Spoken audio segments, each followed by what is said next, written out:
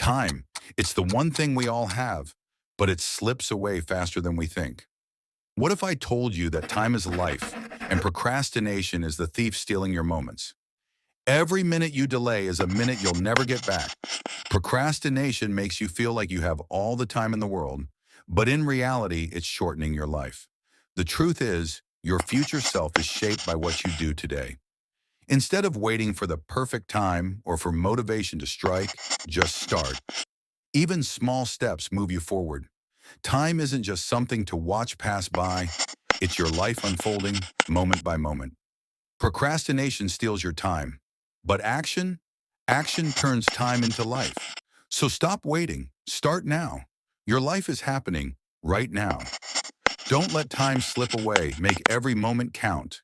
And finally, don't forget to subscribe our channel to get videos like this.